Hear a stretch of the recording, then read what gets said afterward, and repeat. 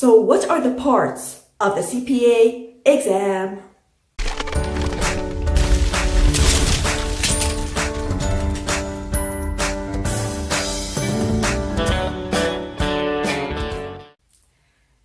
My name is Abu Dayyeh. I am a licensed CPA in the state of Colorado, and I'm also a member of the AI CPA. In addition, I help students pass the CPA exam and become CPAs. In this video, I will explain the parts of the CPA exam and give a summary about the contents and materials that are included in each part. In addition, I will give you an advice at the end of the video in order to study for these parts and be ready to sit for the CPA exam. So stay till the end of the video. CPA exam consists of 4 parts. Part number 1, financial accounting and reporting. Part number 2, auditing and attestation. Part number 3, business environment and concepts. Part number 4, regulation. Each part is a 4-hour exam. So in order to pass the CPA exam and become CPAs, you should pass 16 hours of exams. The passing grade for each part is 75%. So you should get 75% in order to pass the CPA exam. Once you passed in one part, you have an 18-month period to pass the rest of the parts.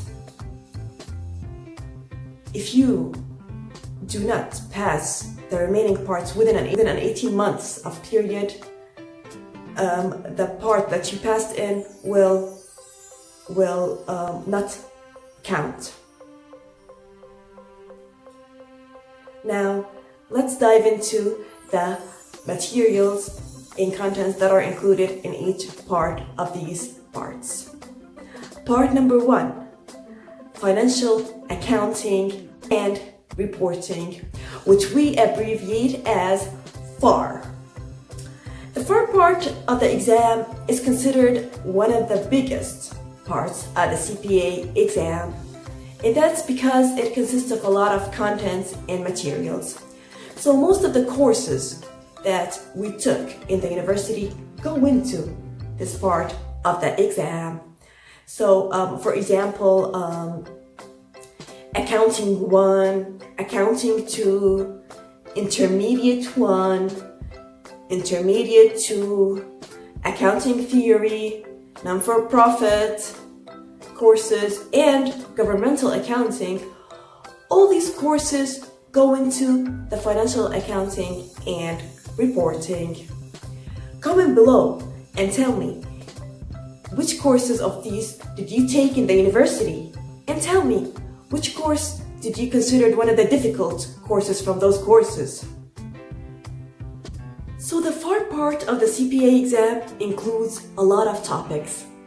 So for example, it includes the financial statements topic, which include the balance sheet, income statement, stockholders' equity, cash flow, returned earnings.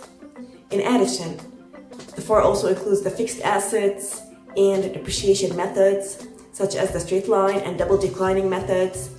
I remember when I took the CPA exam in 2011, a lot of questions covered the fixed assets and depreciation methods. And that was very interesting because this topic was considered one of the easiest topics for me, since I already took this material in the university and I studied it again during my CPA study.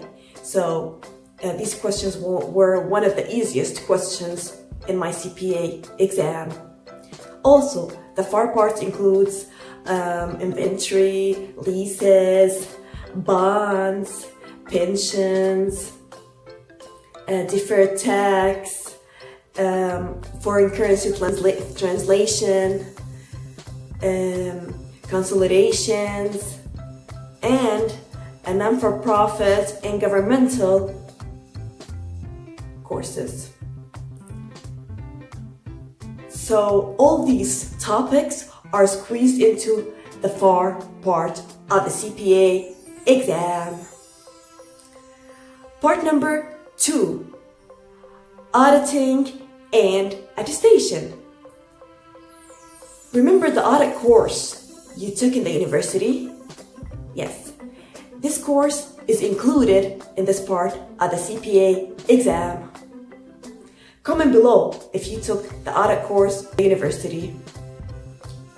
So the audit part of the CPA exam includes a lot of topics, such as, for example, planning the audit, internal controls, substantive testing, audit sampling, types of audit reports, such as, for example, unqualified, qualified, disclaimer, adverse.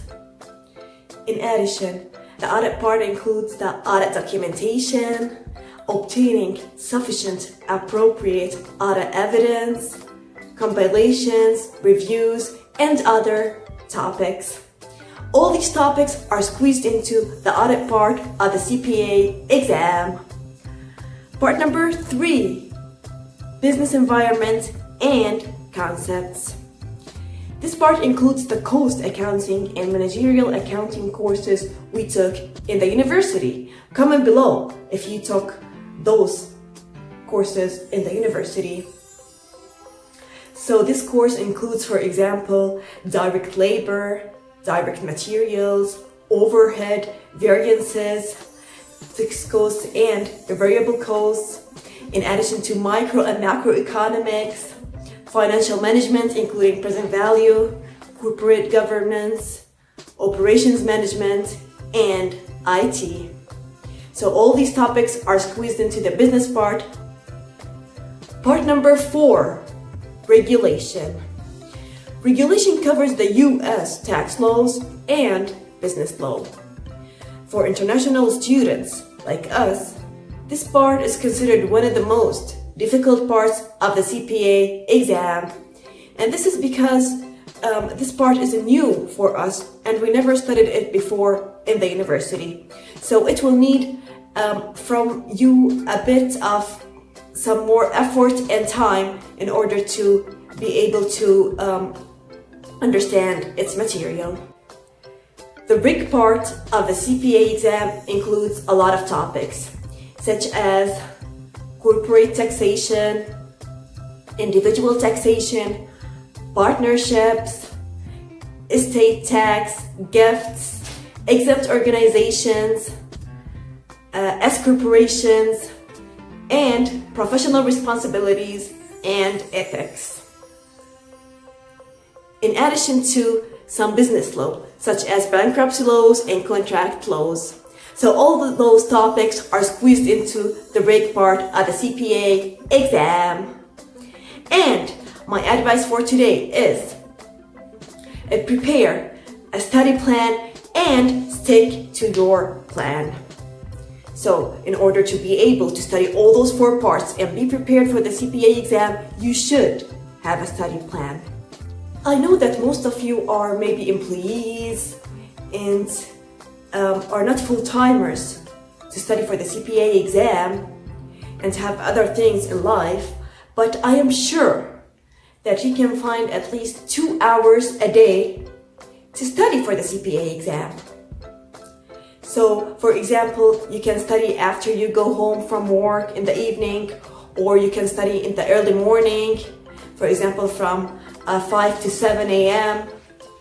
So, if you put 2 hours in a day to study, times 7 days a week, these are 14 hours a week. 14 hours a week for 10 weeks. This will give us 140 study hours in 10 weeks or 2 months and a half. 140 study hours are enough to finish and complete one part of the CPA exam. So for example, you can study the financial accounting and reporting and finish it first. And then you can do the same thing with the other 3 parts. So this way, as time passes, you will notice and you will feel that you're doing something, and you're studying and you're finishing and you're completing. Because believe me, time passes quickly and we don't feel the time. You'll find that you are ready to take the CPA exam. If you like this video, put like and share this video in order to reach to most people who need to know about CPA, and subscribe to our channel. I will be uploading every week a new video.